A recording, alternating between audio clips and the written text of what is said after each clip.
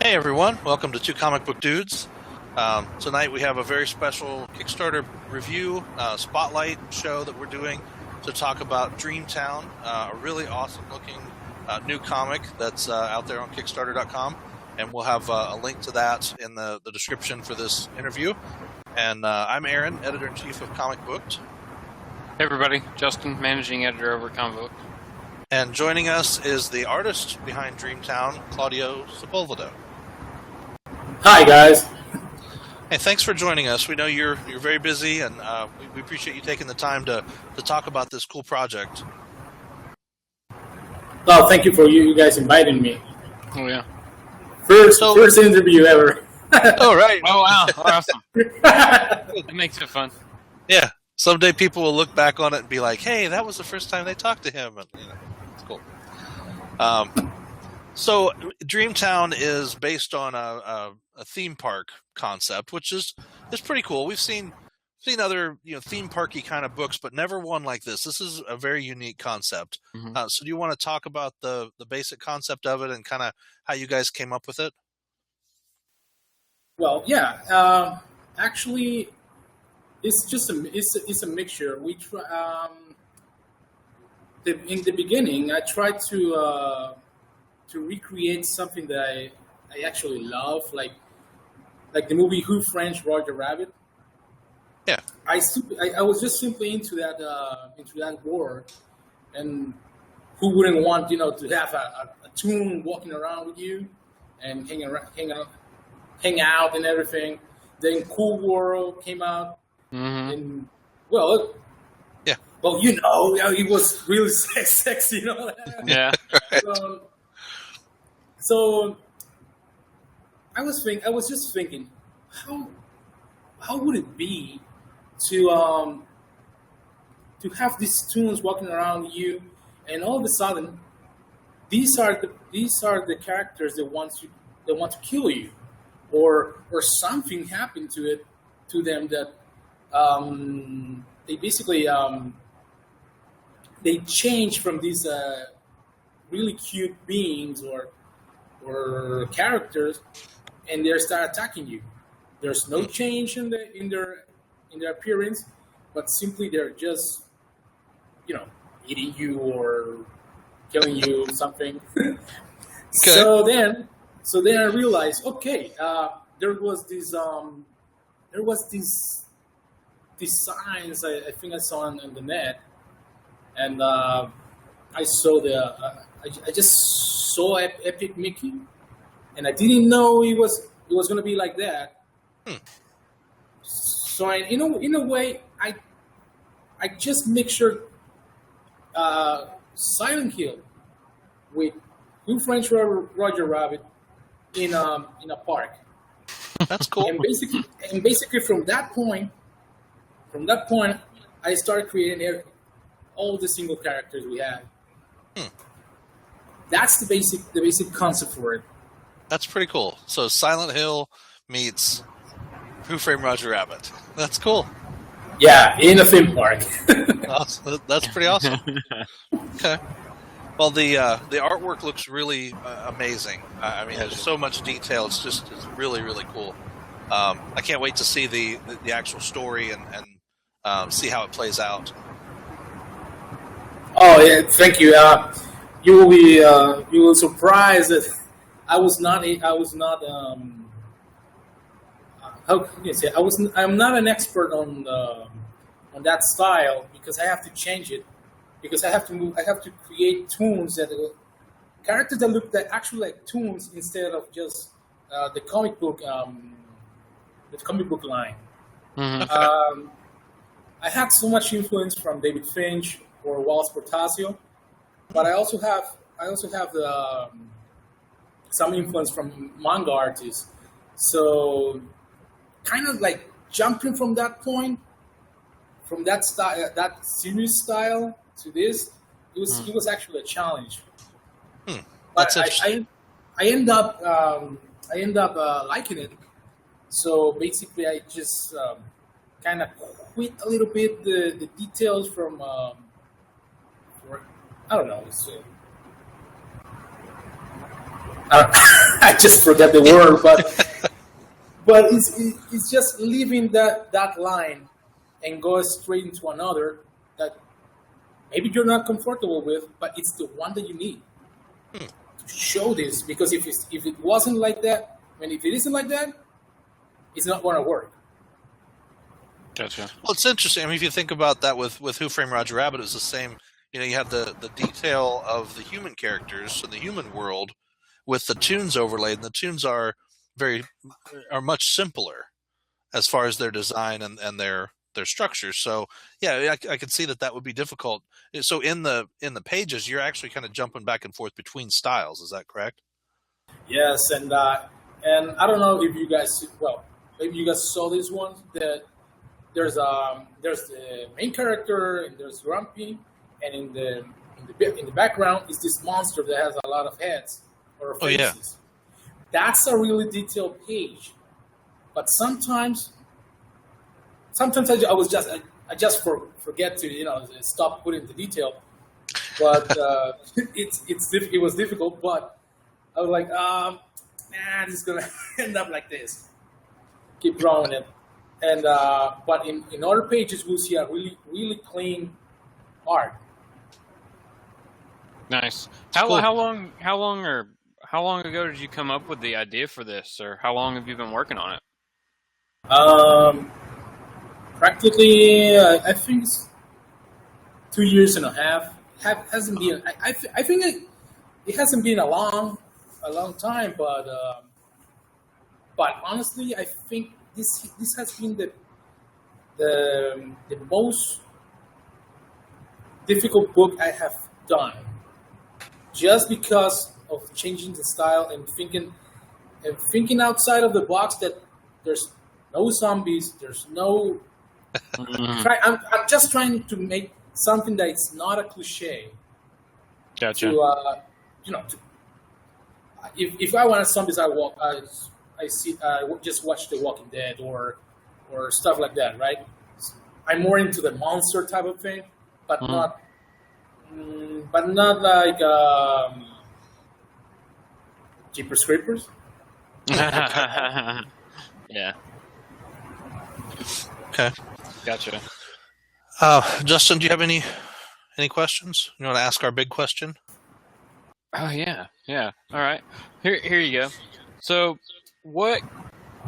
It's kind of different for everybody. It can be a single issue or series or whatever. But what comic got you into comics to the point where you were like, maybe I could do this one day? Ascension. Ascension? From Top Cow? From Top Cow. Wow, man, that's awesome. That's a good book. Yeah. Yeah, as it was. I wasn't into comics. My brother was the one that got me into them. He started to, buy Gen 13 books. Yep. And I was like, okay, it's cool. I like, I like the art and all that. But all of a sudden, I saw Witchblade, and I was starting to. I'm gonna start reading some books. I was usually, reading Superman or Batman. Right. But you get sometimes tired of it, and all of a sudden, I just saw this Angel book, and I was like, who did this? This is great. I mean, Yep. For all look at all this detail. Look at all these this marks. Everything was so original that I was just amazed by that. And I always told Finch. I have always tell him every time I saw him. I'm like, someday I'm gonna do this. Someday I'm gonna do this. But after a while, I just realized, why am I following him? I guess I have to. I can't be like him because I'm not him. Right. Sure. So that's why I just start evolving. I'm still doing it. Right. But I'm trying just to get something done at the moment. Yeah. So in the meantime, I hope to just get I get better and better every time. Oh, cool. Yeah. That's awesome. Well, from I like that answer. Good answer. yeah, for sure. I mean Thank that's you. something Justin and I actually talked about the other day was, the fact that most artists, you see that development over time. And there are some that we won't talk about who have been doing it for years and have never changed, never gotten better, unfortunately. But Okay, I gotcha. so, but yeah, I mean that's what the hope is for all of us. Like even for Justin and I with this show, I think our shows now are 100% better than they were last year when we really started doing this, beginning of last year. Just because we're getting better at putting the questions together, getting better at getting people to come and talk, and anything you do, you should get better at. Oh yeah, Yeah. It's pretty cool. Well, we definitely want to point people towards this Kickstarter because this is really a cool project. They're only asking a total of $999 to get the printing and the distribution stuff done and get the all the materials and everything. They're already at $736. They have 22 days? 22 days left. 20 days, yes. Yeah, so not, I mean, they're already almost funded. If you jump on this Kickstarter now, you can get some really cool rewards. I jumped on just because I wanted to copy the book and a few other things. So, definitely go check this out. We really encourage you to help make this a reality because this is a great looking book. Definitely. Thank you. Yeah, they're getting a lot of material. I mean, I'm almost done with I don't know how many pages does the sketchbook has, probably 100, right? Wow. But yeah, you get all the good stuff of it from the creation of it. I don't know if you can see that. Oh yeah. Basically the concept, right? Yeah. But this is what happens when the park turns evil. Oh, wow. Yeah. That's cool looking. Yeah, and there are a lot of things, character concepts, sketches, and I'm just trying to color everything I can. Here you go, Peter Pan. Oh wow. Wow. That's insane. Plus all the goods like T-shirt, the boots. What else we have? Stuffed animals, Plushes. Actually, Yep. 1 second, I will show you guys. Okay, yeah, I definitely want to see that because I'm getting one of those. This is really a cool project, though. Everybody out there, I appreciate you watching. This is definitely one of those projects that is like under the radar. You need to go out and check this out and pick it up. Hit if it's like $5, just help them out. And you can actually get a little plush cool. dog. Awesome. That's Nightmare Fox. Yeah, this is Nightmare Fox. That's cool. Yeah, I love the concept. I mean, the fact that it's just like going to Disney World and you've got the Mickey Mouse and Donald Duck and everybody running around. Only instead of being a person in a suit, they're a real living thing, and that was a really neat concept. And then the fact that with the absence of the creator, they start to get corrupted, basically, and attack the people, and it's just cool because it's not, like you said, it's not something cliched. It's not zombies.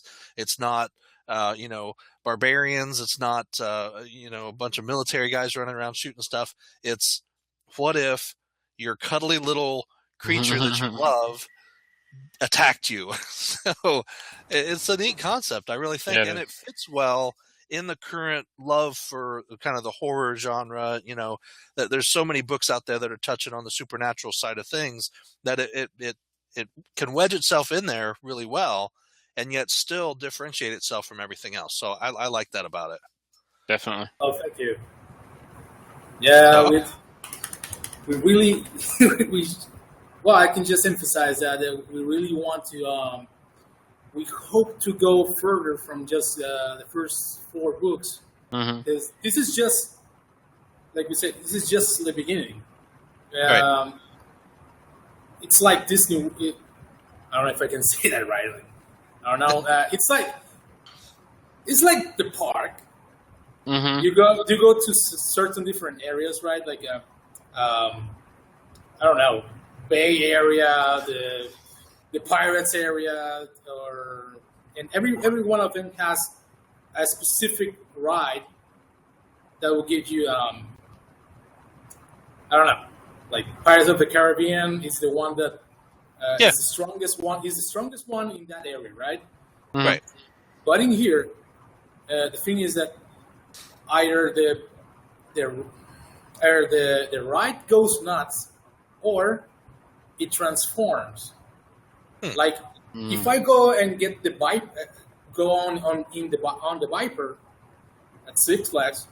Mm-hmm. Well, the cars will transform and go into a certain monster. Like Okay, and then attack the riders or whatever.